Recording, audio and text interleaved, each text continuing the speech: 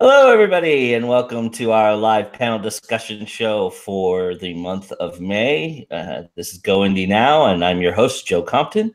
Thank you so much for joining us. Really appreciate it. We have a great panel lined up for you tonight, and we are going to be talking about writing our first 10 pages, how to get started, and all the lovely things that are involved with writing the first 10 pages. As we know, first 10 pages can set the scene and make things much easier for you as a writer, and also can complicate matters. And we'll talk about all of that tonight.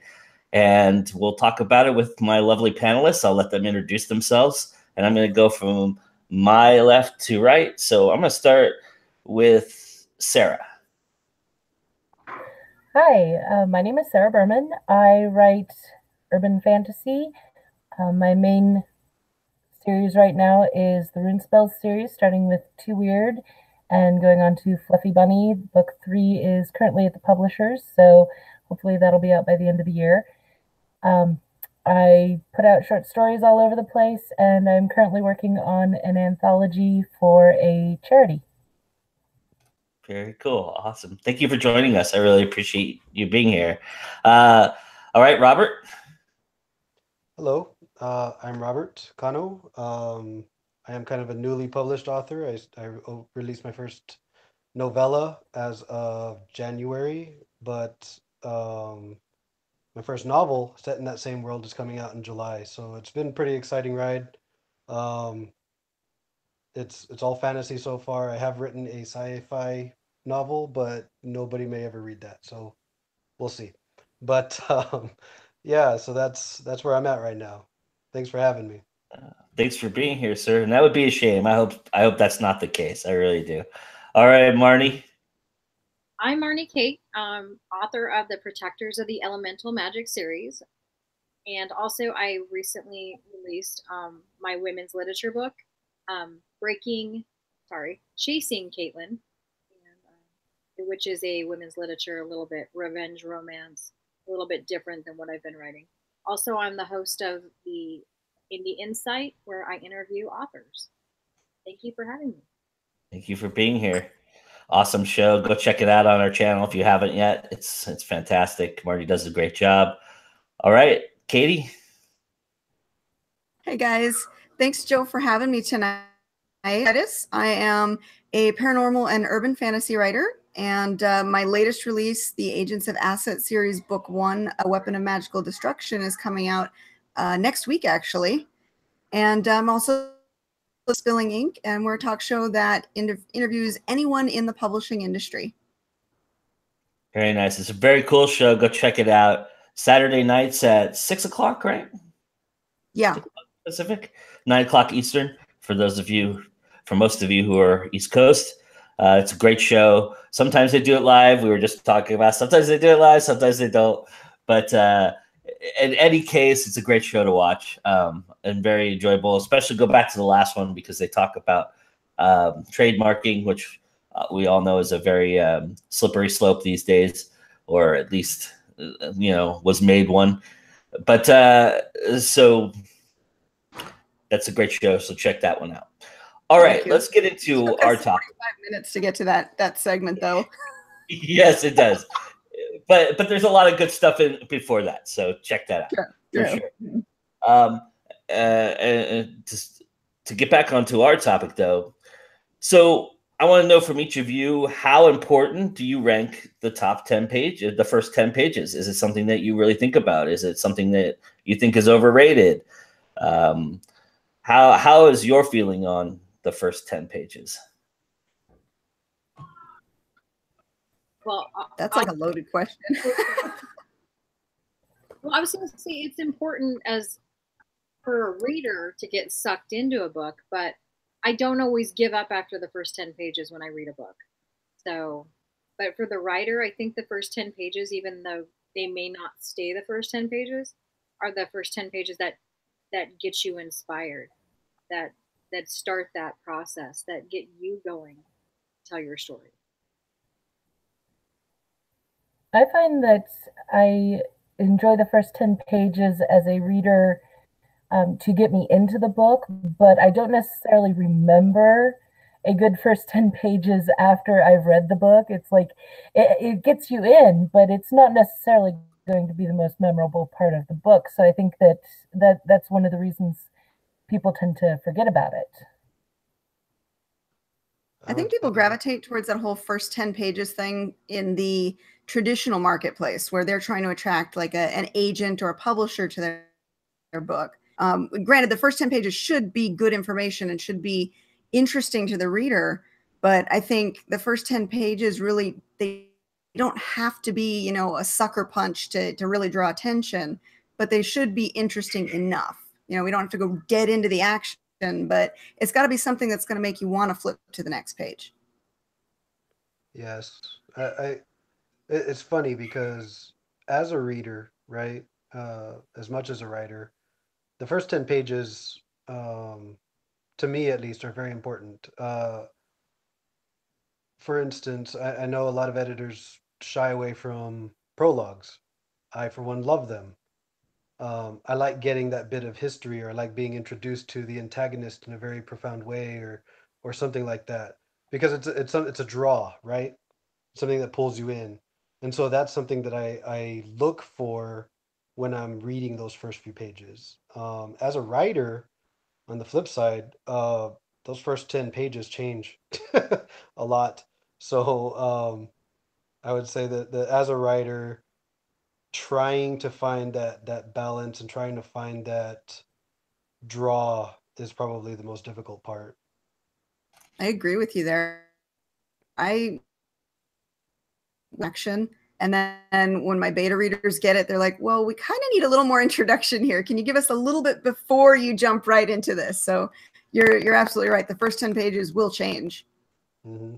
And we'll get into that part of it too. I for those who are plotters, I'd like to know what your approach is. Is your approach setting up in your outlines? Do you set up the first like line? Do you set up the first setting? How do you approach it? And for Panzers, how do you approach writing the first 10 pages? Do you look back on it after you start going, or is it something that you just keep going and then look back on it after you're done?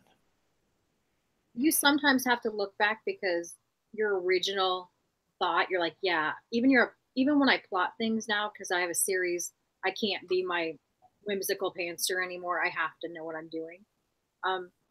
I get typing and I'm like, by page 5, sometimes I'm like, hold on, you just changed the whole direction. You got to go back. And so it's complicated. The whole thing is there's no clear answer, I don't think, on my process. Pull it out of a magic hat. Right. I think there's a lot to be said for setting up the world, especially since I think all of us at least dabble in fantasy. So, you know, we have to build that world. We have to set that world up and make sure that our readers know that, you know, it's not the normal world, but we also have to bring in these characters. And so that's kind of where my focus is on the first 10 pages is you're introducing your character to this situation that is going to happen, but you're also setting up the world. And so there's a lot of, for me at least, there's a lot of interactions that are a little less action driven and more like interaction driven. So I like to have characters who are interacting, and you know, one of them says, oh, by the way, this happened, and everybody goes, and then, you know, things take off from there. But, you know, getting into the characters and setting up that world, I think is the primary focus for that first section. I agree, very much so. I am a pantser. I do not plot.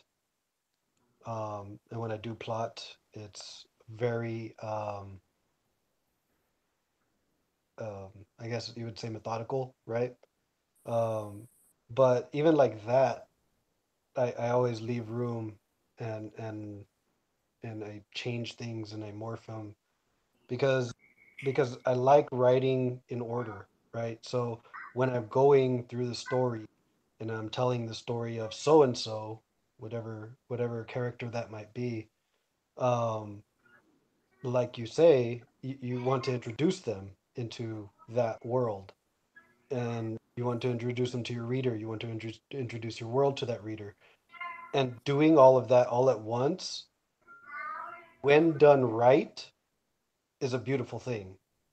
Um, because the suspension of disbelief is automatically done for you at that point. Your reader is brought into your world at that point. So it's one of those things that it is important, but it's also beautiful, right? When done properly. Even if it's a horrible scene, it could be the worst thing ever, right? But you're able to do something that came across very seamless. Um, and I've seen this happen quite a few times. Is an amazing thing when it's done right. Never ceases to amaze me actually, because there's of all the books that I've read, I would say that there's probably very few that I would say were so beautifully done, if that makes sense. Sure. I'm like you in the fact that I'm pretty much a pantser. Um, I do about 90% pantsing and about 10% plotting. And when I say plotting, I really just mean I write a to-do list for my characters, Yeah. kind of goals for myself, where I want to get to, what things I would like them to do. And when I write the first draft, I write under the assumption of first drafts are supposed to suck. Get the story out there. I don't edit. I don't revise until the story is 100% done. And write it in linear order. But occasionally I have to jump around, when you get stuck in a scene or you've written yourself into a corner. So I do have to go back occasionally and fix things, but I try and wait until I've at least got the beginnings of the story, the skeleton into that really full first revision draft. Mhm. And I think that, everybody's got their own style too. So what works for one person doesn't work for another. A lot of people who are plotters have to plot. That's the way their mind works, and that's how they can create a beautiful story. Every time I've tried to plot a story out, I've backed myself into a corner and I've just kind of thrown my hands up in the air and gone, I just don't want to write this anymore. So I've adapted to that. Let's give myself a goal style. So I feel like I need to disclose that I am, in fact, a full-on plotter. So how so when you are at a point, it No sounds shame.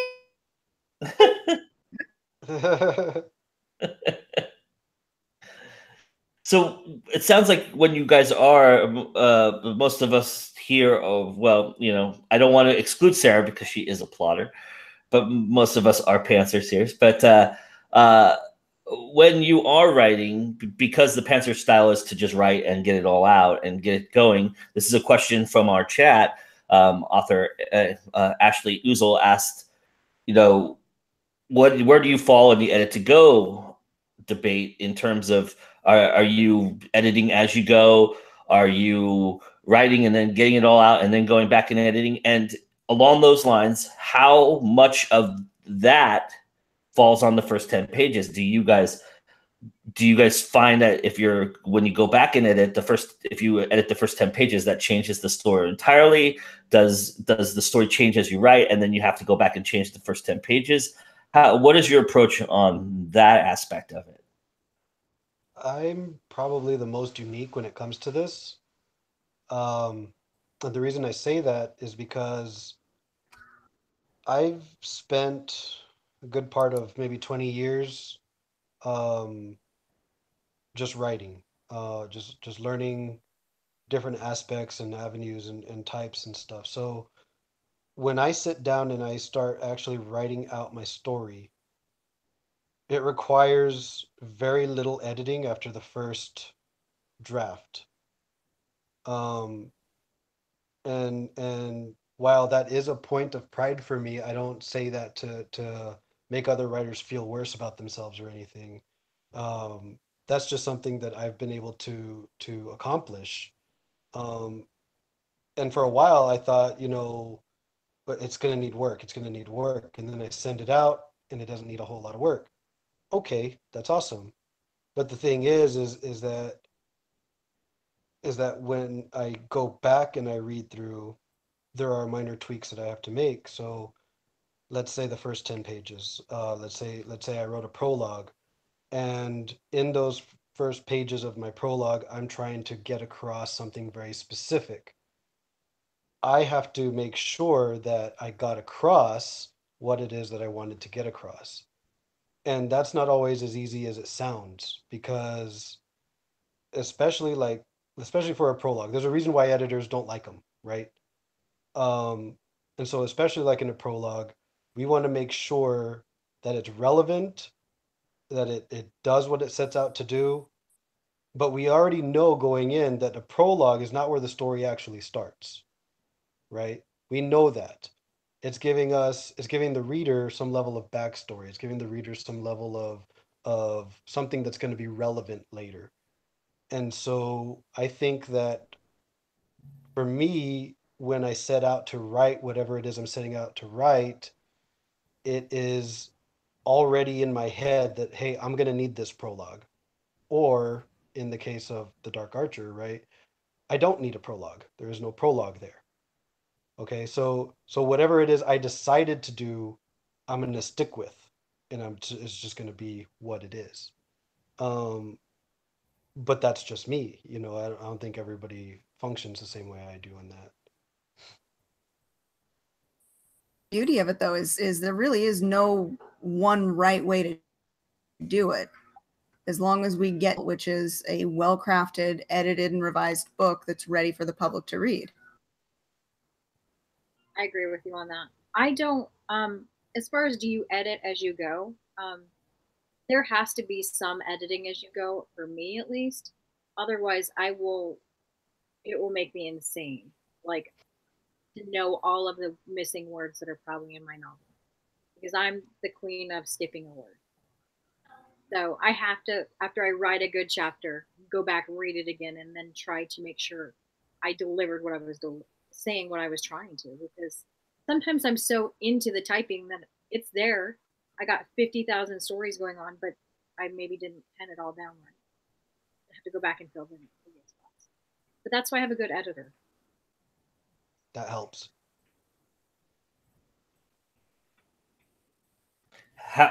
For you, Sarah, how much of your outline changes from when you start to write it to when you're outlining it, or do you find that the outline is where you really make all your edits?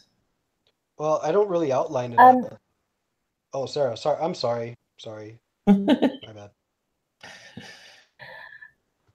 I tend to consider the outline more like a first draft.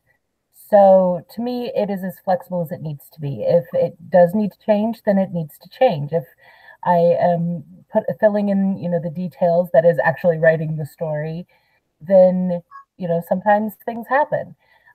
When I wrote Too Weird, actually, this did happen. I had it all beautifully outlined, and I was like, it was my first full-length novel ever. I was going to get it done, and halfway through, my villain died in a very, heroic way, and I went, what? But it was so beautiful that I had to keep it in, and so I had to go back and change the major antagonist because my antagonist died. That could be tough. Yeah, it's yeah. Oops. So yeah, I curse him a lot too. So it's great when they have a mind of their own, though, right? Yeah, for sure. That's what makes plotting. You plot a story out and you get to, let's say, a chapter where you wanted your character to do something, and once you get there, you're like, no, but it's all outlined out what they're supposed to do, and that is a pantser because I can't back myself into that corner. Yeah, to me, like I said, an outline it's so I don't get lost while I'm wandering through the woods, because I tend to just, do all the way over there. But, it's not something that I ever consider to be a locked in, written in stone kind of thing, because that's just, that would be hard. That would be weird. I actually, as much of a pantser as I am, I have so much respect for people who can do the plotting and make it work. Especially those who have like the charts and everything. You know, that what was it? The Always Sunny in Philadelphia, where he's got the lines going from all the pictures and everything. Yeah. That's what I imagine when you look at full on plotting. I'm like, I just can't do it. But I have so much respect for people who can. And see, I can't even imagine how you can write an entire novel without knowing where you're going. So go Pantsers. Well, The medium for me, like I said, is I write a to-do list. I get some goals that I want to hit, and hopefully I check off all the things by the end of the story. or sometimes the muses just tell you you're wrong, or they'll whisper lies to you. They'll tell you you're going a certain way, and then like you get there and they're like, no, that was a test. We weren't going that way. Retreat and start over. That's at least my muses. They're kind of cool. As a character for you guys, when you're describing them within the first few pages, has a character ever changed his look or their look because you started writing them and they developed something that a characteristic that they didn't have when you started writing them? Do missing limbs count? Yeah, sure. That's a strange different look, but yeah. But something tells me you had a plan all along, Robert, to make that limb disappear. I might have. You don't know. You don't know my life. I don't think I've ever had that happen to a main character, but secondary characters, yeah, they kind of are a little more ephemeral. There we go. I can talk.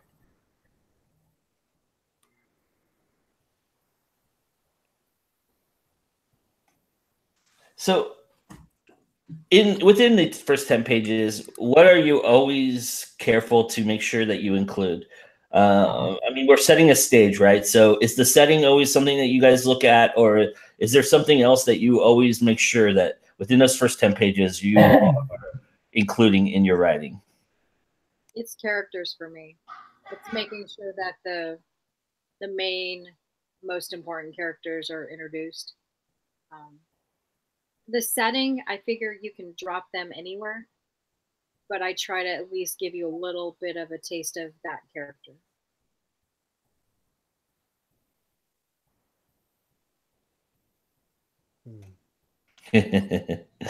Don't jump in all at once, everybody. Come on. Don't be shy. It's okay. I kind of have one rule when it comes to describing settings and characters, and that is tell the audience exactly what they need to know in order to get through the story. And so, if they need to know something, then I tell it, but I don't think I've ever just, sat down and went, yeah, I have to do this or I have to do that, because it may or may not be pertinent to the story, at least at that point. Yeah. A lot of time, my first drafts are almost akin to a screenplay, where it's a lot of just dialogue, a lot of the characters talking and reacting to each other rather than the setting of the scene and where their hands are and if they're standing, sitting, whatever. So by the time I do the rewrites, I tend to add all of that stuff in. But initially, it's just getting into the character's head, hearing them, and how they interact. I would say for me, I usually approach it in one of two ways. Either I introduce the antagonist and scare the living bejesus out of you, or I go with Marnie's plan and I introduce the main characters, because the main characters are kind of what's going to drive the story anyway. So usually go with one of those two routes. Nice. Is there something that you are very careful not to include in the first 10 pages? Obviously, the ending you don't want to give away, but other than that, is there something that you read when you read annoys you that somebody always includes in their first 10 pages? I've never been annoyed by anyone including anything, but I try to keep the secret. And sometimes I'm like, I always have this like secret that has to be revealed, even if it's just like a mini secret. So I find myself tiptoeing around it, where right now I'm currently rewriting my very first book, and I'm like, is there a reason why this was a secret and why we couldn't just tell it? is it like, couldn't I just say the name and make it like out there? So I feel like it's, for me, it's like this unknown secret that I've decided every book has many of that need to be, feels a little telemundo sometimes for me. Sorry. I'm guilty of not liking slow starting books. So while it doesn't have to, you know, jump at you in the first 10 pages, I do like to have some kind of action, some kind of inciting incident very early on to keep my interest in books. So I try and add that in when I write it. So Katie's not a fan of Tolkien or Dune or let me keep going. Gone with the Wind.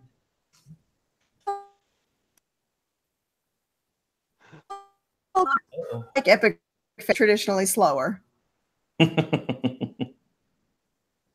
I'd have to agree with that. You know, when a book starts out with a lot of exposition, it just kind of feels really like it's going nowhere. And so I like books that start with, you know, people interacting, with the characters interacting, with them doing something. It doesn't have to be like the main action kind of thing, but they need to do something. Have a cup of coffee. Come on, people. In one of my book series, I opened with the gladiator killing her opponent just because I wanted to show that character and how badass she was right off the bat.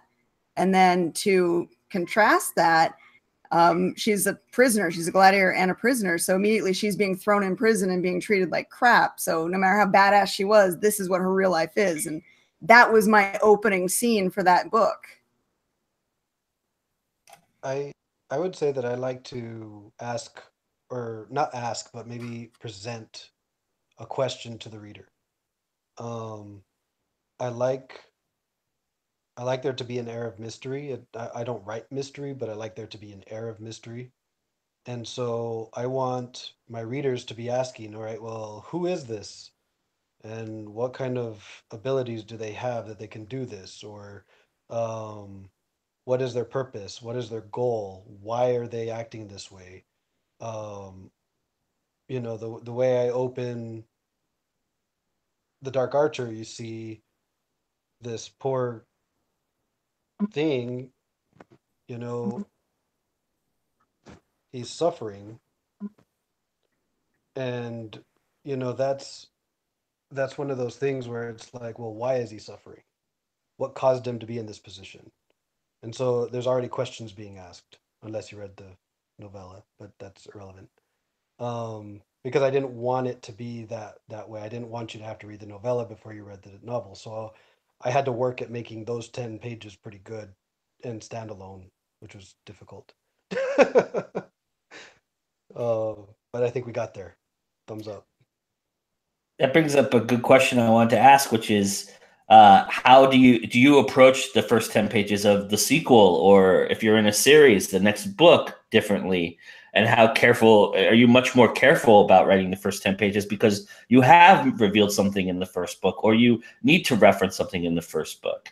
Is there a lot more forethought in that? For me, it was. Yeah, you don't want to info dump though. I felt like you had to introduce. You don't need to retell everything, but you have to like Robert had said, a little backstory, something to kind of like tie.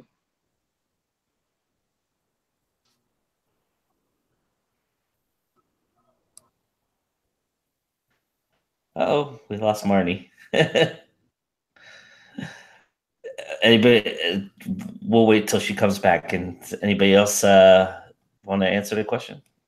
Well, to jump off of what she was saying, I think there's a little more concentration on backstory because the backstory would include that first book. That you can't really assume that people remember all the details or even that they've even read the first book. So you really have to be conscious of the fact that you have to give people enough information to carry that story onwards. Mm-hmm.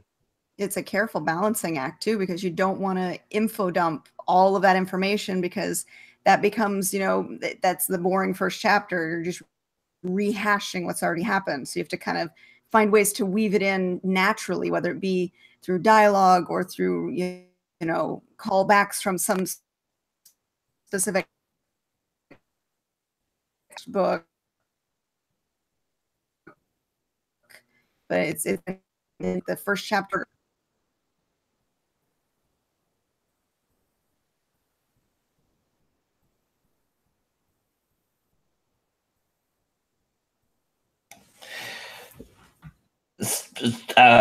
Robert, have you thought about when you're about to write your sequel about this at all? I have. I'm actually working on the sequel now, and it was funny that we were talking about this. It kind of seemed fitting because last weekend I wrote the prologue for it, even though I had already gotten 20,000 words into the writing, right? And the reason why I did that was because I wanted to. There was something about one of the characters, and I'm not going to give anything away, but there was something about one of the characters in the novel, the Dark Archer, where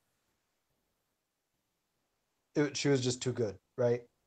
And so I needed to find a way to, I guess, in essence, reintroduce, because she didn't have a big role, right? So without, you know, giving you guys spoilers or anything, what I wanted to do was reintroduce her, but now in a different way, so that now she's, I guess, the word I'm looking for. Uh, she's different, right? So now we have to reimagine, we have to reinvent the wheel in a way, and so in essence, you know, what I wanted to do was lead off with this, like I said, mystery, right? There's a mystery involved here, and you know, this otherworldliness that I wanted to really grab a hold of, and throughout the book, the plan is to explain that, to explore that, with all of the crazy that's happening around them. I wanted to go into that a little bit more, and because eventually, you know, it's going to be a much bigger role than what I'm giving her at the moment. Nice, very nice. It seems like you thought about this a lot. That's really awesome. Sarah, Jin had a question directly for you since you're the plotter of the group here.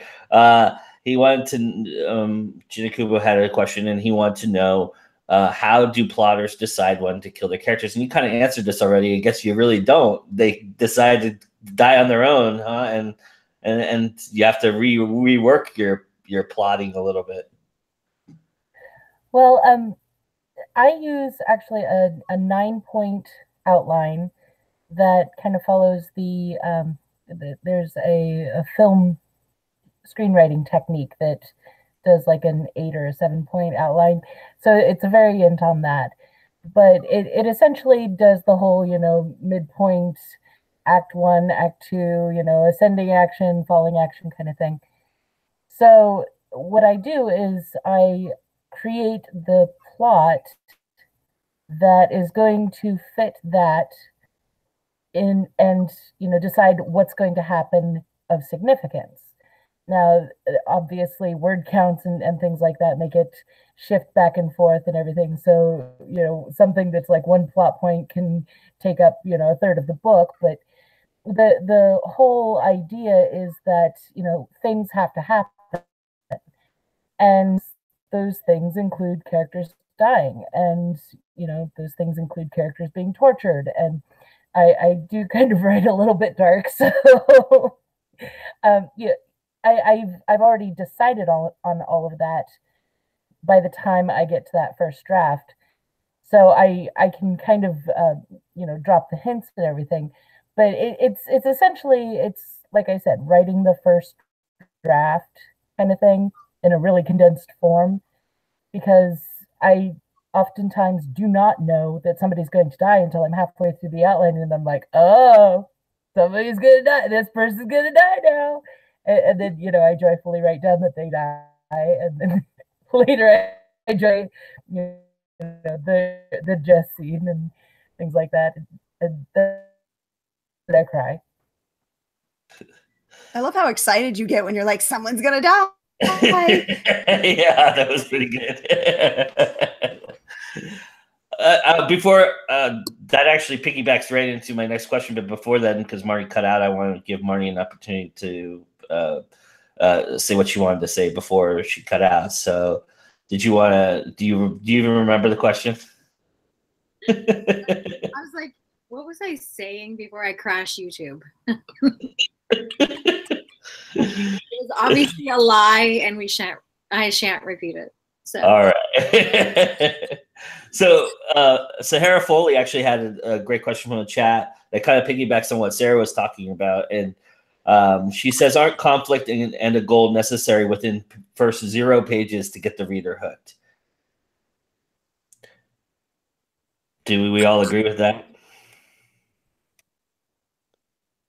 I mean, sorry. Go ahead. No, you first. I'll crash it. You go first. I think that yes, there is a certain amount of action and hook, but it doesn't necessarily have to be the action. Something that's tertiarily related to the main plot is just fine. It doesn't have to be the things. Yeah, I would agree with that. I think that in the initial bits of the book or the story, kind of going back to what Marnie and I had mentioned regarding the characters and introduction, maybe a conflict, but not the conflict. Maybe there's something going on. Maybe it's an internal battle, or maybe it's a fight of some type, but it's not the main plot, right? It's just like your gladiator, right? It's you introduce someone in the middle of a fight, and then you break that away to what their life really is. That's brilliant, right? Because it's like it's conflict, but it's not giving story away. Yeah, I agree there. You give them a little touch of something related to the character, something to pull you in closer to that main character. And it doesn't have to be the main point. It could just be something small or something that starts the spark. Mm-hmm. Or something that makes you want to know more about that character. Yeah, exactly. How did she become a gladiator? Exactly. What did that look like, and why is she a slave now? So yeah, it goes back to the questions, right? And if your readers are asking those questions, they're going to keep reading. Mm-hmm. All right. So how many times has somebody on this panel written what they feel was the greatest first line of anything that they've ever written in their entire life, and they couldn't form a story around it? Anybody? Oh, come on, I can't be the only one. Okay, so I'm a poet, right? So I've written a lot of one-liners that I've tried to build something around, and it just doesn't function. Sometimes they just work as one-liners, honestly, because it's like, well, I guess that's it. That's all I'm good for right now. And so, I think. So basically, you're saying I'm a comedian, then, Robert, because well, maybe. Maybe. Well, it could be dark, it could be mysterious, it could be something, but it's sometimes it's just that sometimes it's all we got, I mean, I think the gas tank is empty or something. There is nothing wrong with being quippy. Yeah, except it was a dark and stormy night, and then you got nothing. Yeah, but that's cliche. Oh, somebody thought that was brilliant at one point. Hey, the first time it was written, yeah. I have a great idea. Let's open with the weather. Yeah, it's never been done before. Is that something you guys think about? You think about something that you have to write something that's never been done before in that first line? Or you just let it flow? I think you write the story, and then sometimes that one special line comes to you later, and you're like, oh yeah, that's brilliant. I'm going to put that in the opener, but it's not the first thing you write. And you know, I've said my style is the first draft sucks. So my first drafts are always terrible and always have to be rewritten. Look at this. That might have been the most awesome thing I've ever seen on a panel. You weren't even looking. You just instinctively just swatted. I was waiting for a frantic person to come in and dive in and grab the child. I saw them creeping. I saw them creeping in the doorway there, and I was like, "Uh-oh, something's going down." But kudos to Katie for just all in one motion. This is what she came to show me, by the way. Oh, it's beautiful. Very pretty. It was worth it. Totally worth it. That's awesome. So, in your lifetime in reading, what are some of your favorite first lines, first 10 pages that you've read that have really captured you, and why did they capture you? I have one that I came up with. Jennifer Estep writes Elemental Assassin series in her first book, Spider's Bite, which I was kind of worried about reading because it was about assassins, and I'm kind of a chicken. So, but her first line is it was something like, "My name's Jin, and I'm an assassin," and I don't know why those, like that little sentence, and made me want to keep reading it. I'm like, okay, I'm going to stick around for a second. But the way she described in the first 10 pages this loony bin that she had got herself into to be an assassin, like, sucked me in for the next 17 books or 16 books. Like, that honestly set my stage for reading her books forever, which is weird. I don't like assassins. Earlier I mentioned that I like prologues, right? So I would say that the opening prologue to A Game of Thrones, yes, the first book of Song of Ice and Fire, is probably one of the best I've ever read. That prologue introduced us to the mystery surrounding the White Walkers, right? For those of you who haven't read it, spoiler alert, my bad. Or haven't seen the show, which I guess there's not very many of you. But it introduces us to that main antagonist that we might not even see for the rest of the book in a very real sense, right? But it's so incredibly well done. It's so dark. It's so mysterious, and so it just raises a million questions all at once. And then we get to the very end of it, of that prologue, and at least for me, I was dying to know more. I had to see the next part, and so then we're introduced to the Starks, and I fell in love with them, and so forth and so on, and then pretty soon I gobbled up the whole book. So that's, for me, that was mine. You know, that's a great example of a prologue done right. It's not an info dump. It's another story that relates to what you're about to see. And it does, just like what you said, it creates that air of mystery that makes you want to read more and find out more. And when a prologue's done like that, I absolutely love them. But if it's just an info dumping prologue, I tend to skip over them myself. Right. As far as the books that I tend to read, I like I said, I like action initially in it. I mean, I have read Game of Thrones, I have read Tolkien, I like them as epic fantasies, but for like the contemporary stuff, I usually go for something that's got a bang right at the beginning. And one that sticks out in my mind, I actually found it on my bookshelf today, is Tanya Huff. And her friends with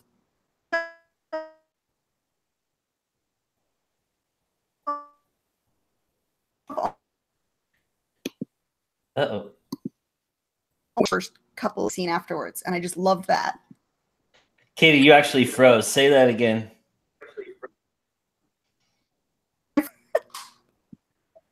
Can you hear me still? Yes, there you go. Okay, what part did I freeze on? You just showed us the book and then you were frozen. So it was a good advertisement for the book for 5 seconds. Okay. Yeah, there you go. What I was saying is she starts with you meeting a character that's not really related to the story and watching them die within the first couple paragraphs. And then you transition over to the main character seeing acting to it. And I loved that intro.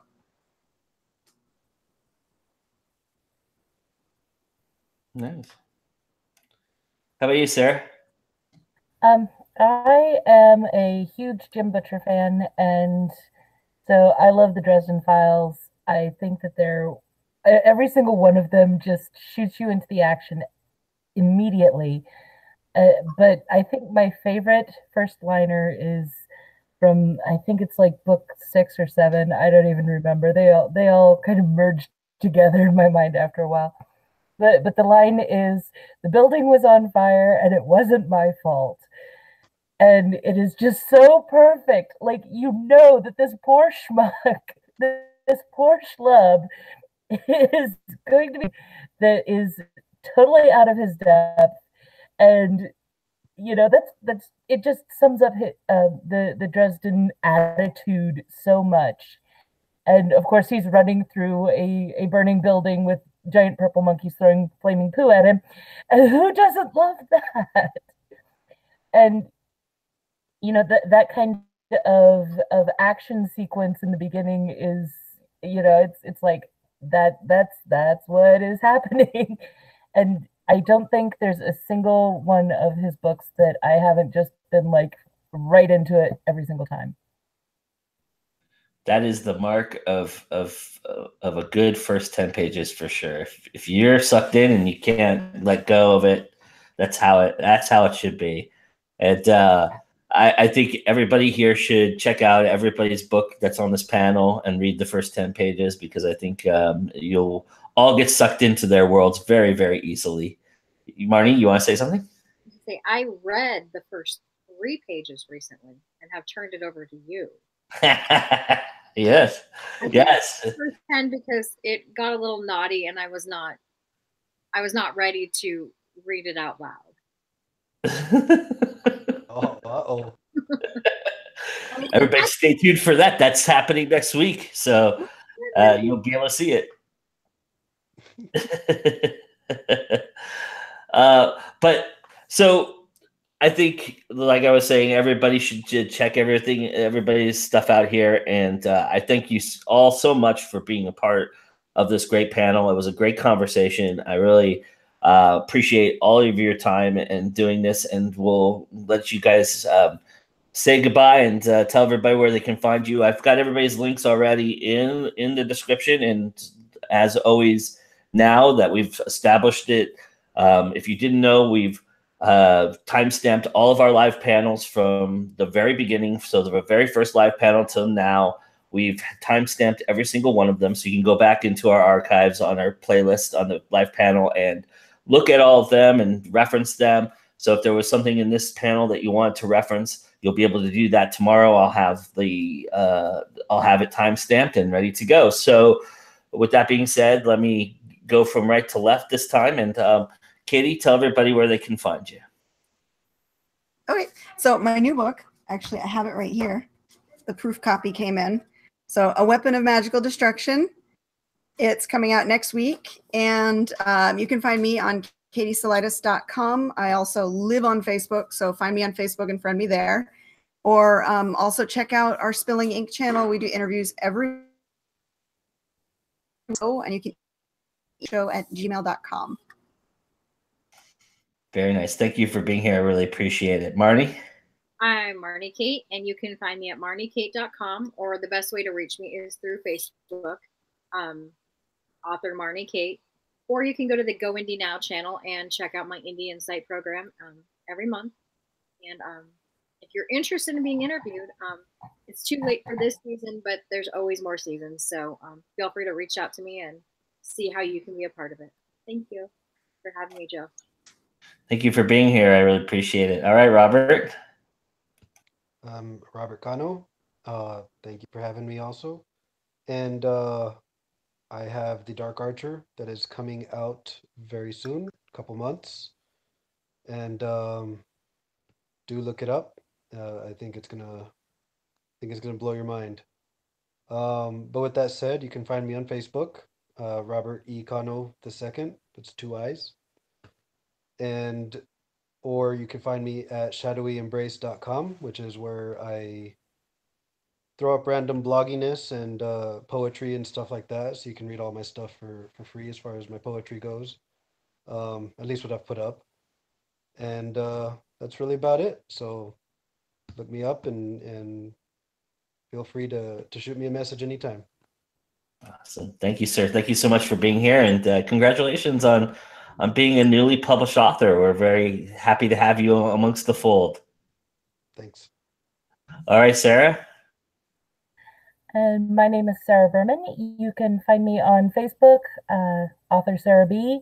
You can find me on Twitter, author goddess, at author goddess, on my website, authorgoddess.com, on Instagram, Sarah Berman author, rune spell series, or even just the first book, Too Weird, and I pop up pretty darn high up on the thing. Yay for weird names. And so, great covers. And I am, yeah. I'm always on Facebook and Twitter, so give me a shout. Yeah. Thank you very much for being here, Sarah. It was really nice to have you finally on our show. I'm so excited that you were here. And thank you to everybody who is watching out there. Great chat, and thank you for all your questions. And I am Joe Compton. This is Go Indie Now. If you can't find our channel, I don't know what you're doing wrong, but you just got to click on it. It says Go Indie Now right there, and just click on it. Subscribe if you're not subscribed with us. We'd love to have you join us for more of these. We have all of these great. We do this once a month, this live panel. Next month is all about the art of rejection, dealing with it, and how do we deal with it? Is there a good way to deal with it? Is it that we just have to figure out that we all get rejected in this silly world? But we'll discuss that next month for sure. So come and join us for that discussion. And also next week, our flagship show comes up. We are doing a very special episode, this flagship show, where all of our male contributors have been replaced by female contributors. So it's completely done by all females. So this is an all-female show. We have a very cool intro that I won't spoil, but it is going to be a great show.